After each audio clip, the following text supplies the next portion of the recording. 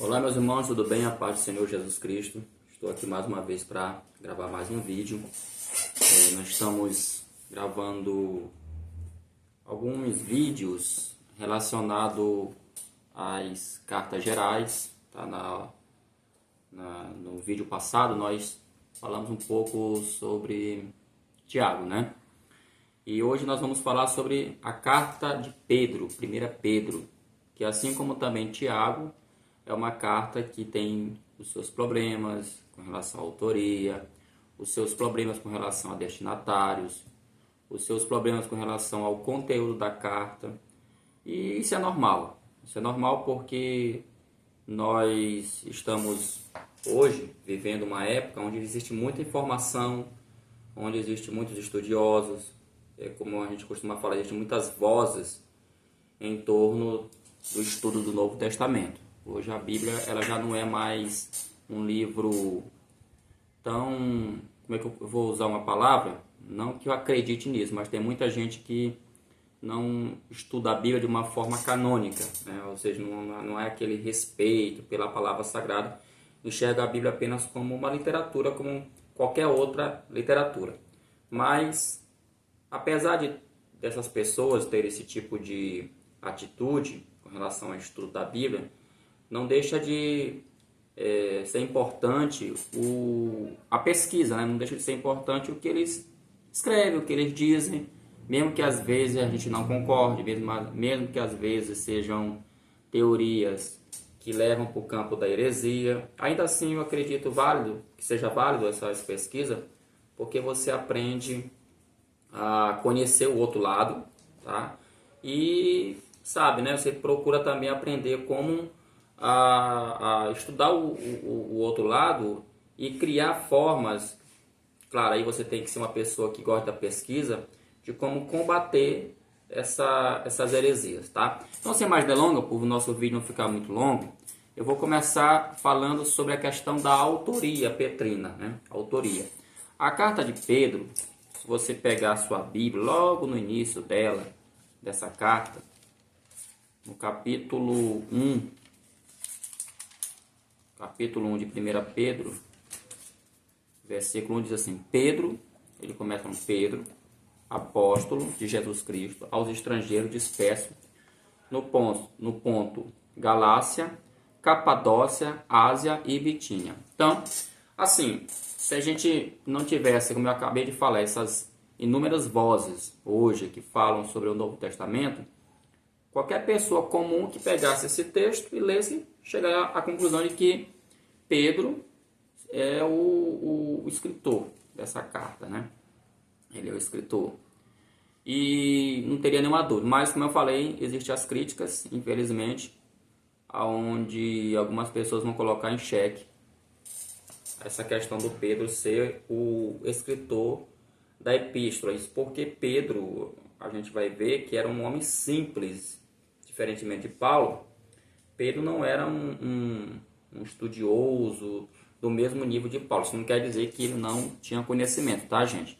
A gente confunde a formação acadêmica de uma pessoa com conhecimento. É como se só quem tivesse passado por uma faculdade, fizesse um curso de mestrado, um doutorado, é que realmente fosse inteligente. Isso não é verdade. A inteligência, a gente sabe que não se dá somente por pessoas que fizeram ou não um curso. Tá? Tem pessoas que são autodidata e a forma de conhecimento ela também não está só na academia.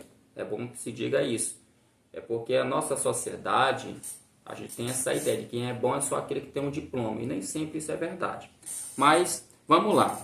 Com relação à autoria de Pedro, eu estive pesquisando alguns livros, inclusive esse livro aqui.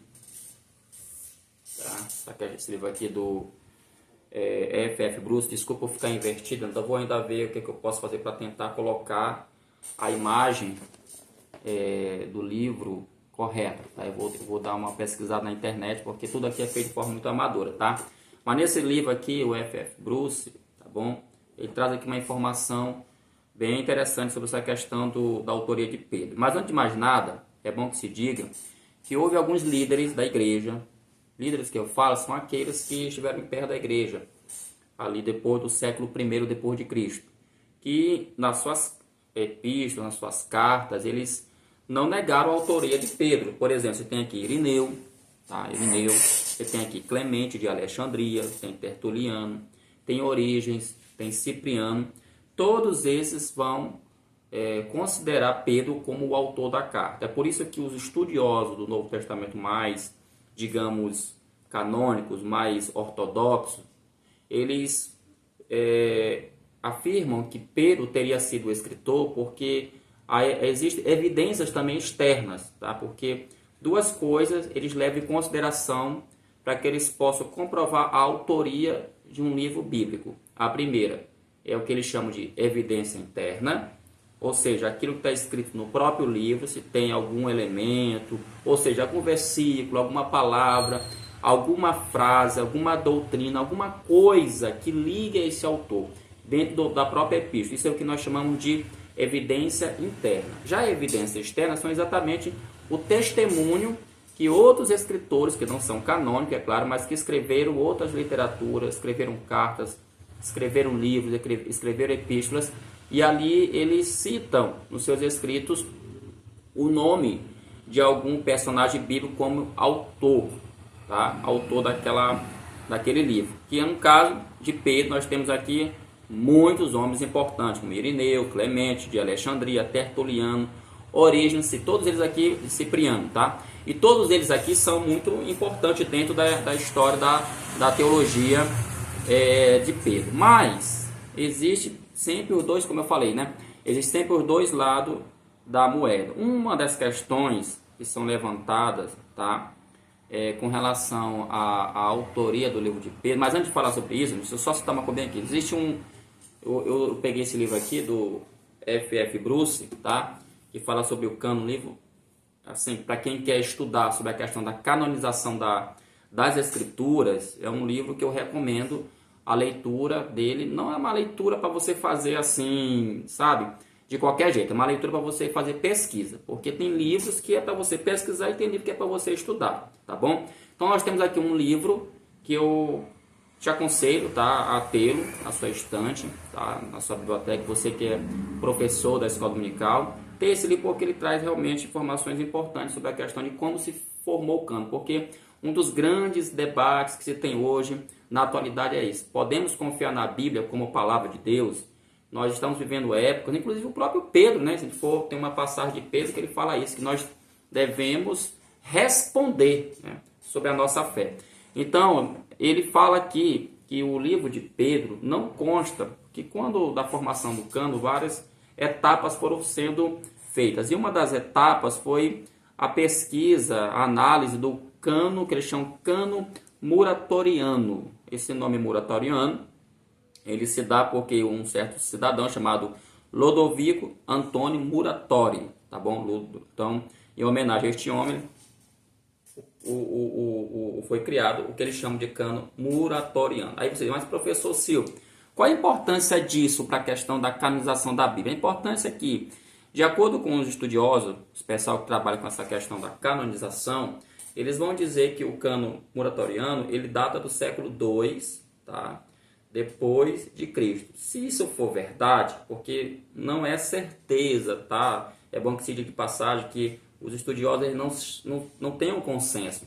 Mas se isso for verdade, é importante, porque nós temos aí um documento, inclusive ele cita aqui a leitura desse documento, um documento importante, tá? Um documento importante, e que nesse documento ele cita todos os vários livros do Novo Testamento, tá? Novo Testamento, e que comprovam, isso só vai comprovar que os livros que nós temos da atualidade, ou seja, a Bíblia que você tem na mão, em especial o Novo Testamento, é uma palavra que já no século II, depois de Cristo, ou seja, está muito próximo do ministério de Jesus, essa data, de que os cristãos, os primeiros cristãos já conheciam essas escrituras. Então, isso derruba por terra a ideia de que esses livros foram criados, foram fabricados ao longo da história da igreja, como se fala por aí, para que eles pudessem ser usados para dominar os cristãos, tá bom? Agora, qual é o problema? O que é que pesa contra Pedro, tá? A questão do cânon muratoriano, gente. Pesa que no cânon muratoriano, os estudiosos não encontraram, tá bom? não encontraram o livro de Pedro. Então, de acordo com eles, Pedro não era considerado, essa carta de Pedro não era considerado um livro canônico, que só depois é que ele foi canonizado, tá bom? Então, mas aí vai ter as explicações, tá bom? A gente vai ter as explicações porque de Pedro não está inserido no cânon muratoriano. Eu não vou entrar aqui em detalhes agora, eu sei que você gostaria que eu falasse, mas se eu fizer isso vai demorar muito. Eu vou gravar um vídeo, eu vou preparar um vídeo depois só falando um pouco sobre essa questão da canonização pelo menos do Novo Testamento, e eu vou, se Deus quiser, abordar esses assuntos que eu estou tratando aqui. Isso aqui é só para você ter o conhecimento melhor, tá bom? Agora voltando ainda sobre a questão da autoria, tá? Aqui no livro tem um outro livro que eu estou usando, que é do Luiz Berkhoff, tá? Introdução ao Novo Testamento. Ele traz aqui algumas situações, como que nós poderíamos dizer, por que o livro ele não é considerado a autoria de Pedro. Mas eu nem vou usar o Berkhoff. A princípio eu queria usar o Berkhoff, mas eu achei melhor usar esse aqui do Novo Testamento, que é o Oscar Cullmann, tá bom? Oscar Cullmann, que trabalha a formação do Novo Testamento. E eu vou fazer algumas leituras aqui, onde Oscar Cullmann ele vai mostrar porque alguns acreditam que Pedro não é o autor, e ao mesmo tempo ele vai trazer também uma contraposição dessa teoria. A primeira coisa que ele fala é o seguinte: esta epístola pretende ser de Pedro, apóstolo de Jesus Cristo, mas sua autenticidade petrina, ou seja, de Pedro, levanta um certo número de problemas. Ele vai mostrar quais são esses problemas.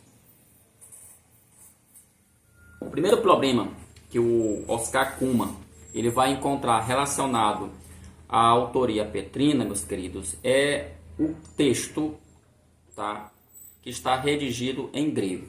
É bom sempre se diga, você que é professor, lembre que nosso canal tem esse objetivo de levar um conhecimento para professores da escola dominical. É bom que se diga que, tá, o texto do Novo Testamento foi escrito em grego. E, de acordo com Oscar Cullmann, alguns estudiosos levantam a questão de que Pedro não seria o autor, porque o texto grego que está sendo empregado aqui é um texto rico. Aí você deve pensar, mas por que eles estão com essa, eu costumo dizer, por que eles estão com essa lorota? Porque Pedro era pescador, para ficar mais claro, para ficar assim logo bem claro, escancarado, Pedro era um pescador. Logo, esse pescador, eles vão entender que ele não tinha a menor condição de escrever um texto em grego tão polido, como ele fala aqui, a palavra que ele usa na verdade, ele usa um bom grego com vocabulário muito rico. Para ele era inconcebível a ideia de que um homem como Pedro poderia escrever um texto assim, que vai ser o mesmo problema, tá? Quando for falar das epístolas de João, é o mesmo problema, tanto do Evangelho de João, tá bom? Como também das suas epístolas, um dos argumentos que se levanta contra a autoria joanina é exatamente essa, que João ele vai ali trazer conhecimento, trazer informações, vocabulários que estão muito aquém de uma pessoa que era um simples pecador. Pecador não, pescador, desculpe, tá? Um simples pescador.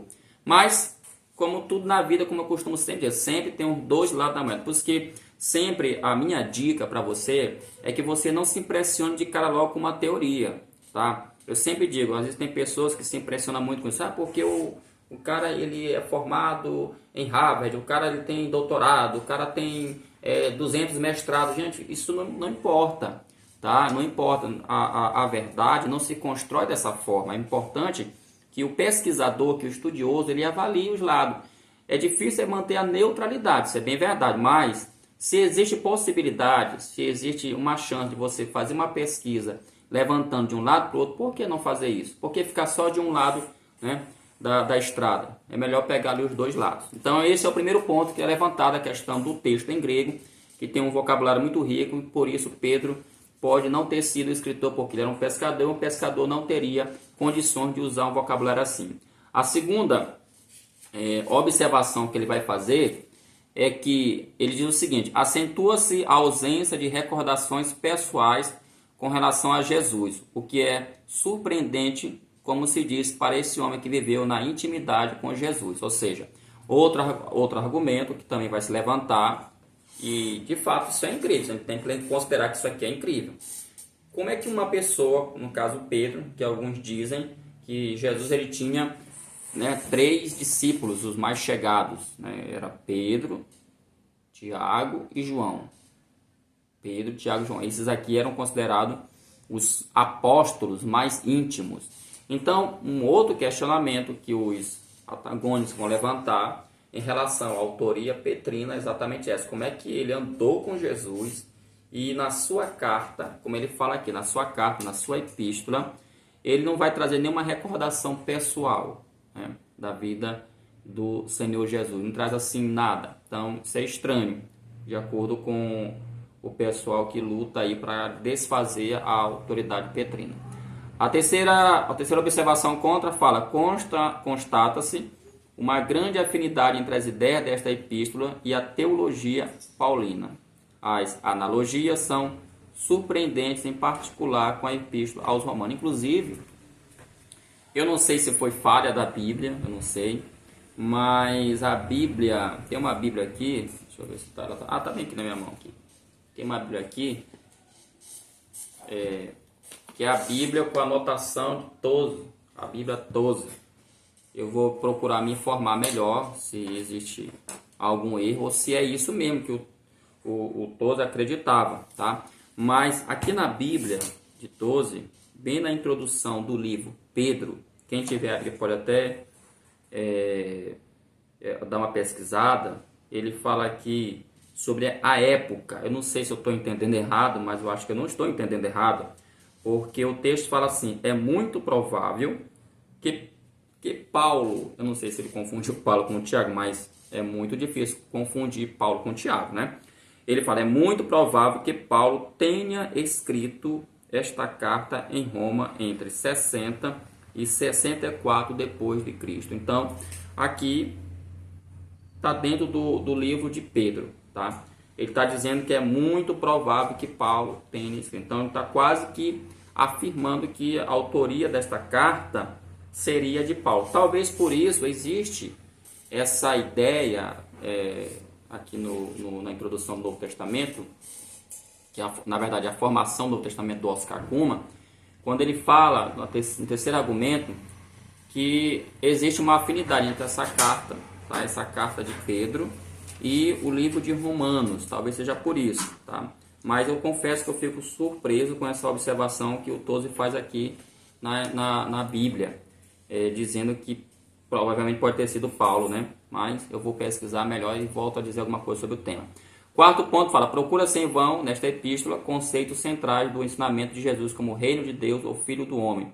Porventura, tal homem não é impensável em um discípulo íntimo de Jesus. Novamente, levanta aqui outra questão, aqui, mas é uma questão doutrinária. Da outra, ele fala a questão de recordações pessoais, e aqui ele traz a questão de temas, como a questão do filho de Deus, ou aliás, o filho do homem e reino de Deus. Então, esses aqui são argumentos que muitos estudiosos vão usar para falar acerca da autoria petrina, na verdade, falar acerca da não autoria petrina, né? Só que o Oscar Kuma, ele vai trazer aqui algumas informações contrapondo essas ideias. Com relação à primeira acusação que se faz da carta não ser Pedro ter sido escritor. Ele fala: Betsaida, a cidade natal de Pedro, situa-se à margem oriental do Jordão, não distante da sua foz no lago de Genezaré. Mesmo que esta localidade fosse judaica, ela tinha caráter cosmopolita. André, o irmão de Pedro, e Felipe, natural como este de Betsaida, segundo João 1,44 e 12,21. Tem nomes gregos, que nos lembra um ambiente bilíngue. Qualquer um que se criara em Betsaida compreenderia o grego e estava familiarizado com a cultura helênica. Ou seja, o Oscar Kuma levanta o argumento de que a cidade natal de Pedro era uma cidade bilíngue, uma cidade cosmopolita, uma cidade de fala grega. Claro, falava-se hebraico? Falava-se aramaico? Falava. Mas também se falava grego, eles conheciam o grego. Então, para os estudiosos que favorecem a autoria petrina, não seria estranho, né? Não tem nada de estranho, mesmo um pescador, como era Pedro, pescador, ele usar palavras, né, gregas de alta qualidade. Isso mostra que eles conheciam e é muito natural que eles tenham ou tinham conhecimento suficiente para usar esses termos aqui como alguns argumentam que não. E é como eu falei, gente, é bom que se diga de passagem. Não se pode criar um preconceito só porque o cara é pescador. Ah, o cara é pescador, ele não sabe de nada, o cara é pescador, ele não tem conhecimento, porque essa é uma ideia muito da nossa era. É o que nós chamamos de pós-modernidade. Aí que se diga de passagem, foi uma ideia criada principalmente pelo movimento iluminista, né? A razão, tal, tudo se dá pela razão, mas a gente já viu onde é que se chega quando o homem ele se deixa levar apenas pela razão. Então isso é bobagem. As pessoas, elas não ser inteligente não é sinônimo, não significa também dizer que ser inteligente é apenas aquelas pessoas que fizeram um curso superior. Isso não tem nada a ver. Conhecimento, ele se dá de várias maneiras. Que se diga que isso aqui fica bem claro, tá bom? A segunda contradição, né, que ele vai trazer aqui, relacionando essa teoria de que Pedro não é o autor, e sim afirmando que ele é, diz que a ausência de qualquer referência a recordações pessoais, longe de nos fazer duvidar da autenticidade petrina da nossa epístola, dá-nos muito antes uma espécie de prova por via negativa. Aí ele fala que os escritos apócrifos recorrem geralmente para alcançar maior valor e autoridade a um apóstolo e multiplicam as pretensões, recordações pessoais. Porque olha que coisa interessante isso que ele falou. Quando eu li isso aqui, achei interessante, fiquei feliz, porque aqui ele está dizendo o seguinte: pelo contrário, alguém disse que as cartas a epístola de Pedro não traz nenhuma recordação pessoal da intimidade dele ali com Jesus. Ele fala que isso é até bom, porque o autor não está querendo se valer de momentos que ele teve com Jesus para autenticar a sua epístola, coisa que os apócrifos, os livros não canônicos, os livros não sagrados fazem muito. Eles usam, de acordo com o Oscar Cullmann, eles usam esses elementos pessoais para trazer autoridade, para trazer validade ao seu livro. Então, nesse sentido, essa acusação acaba sendo o quê?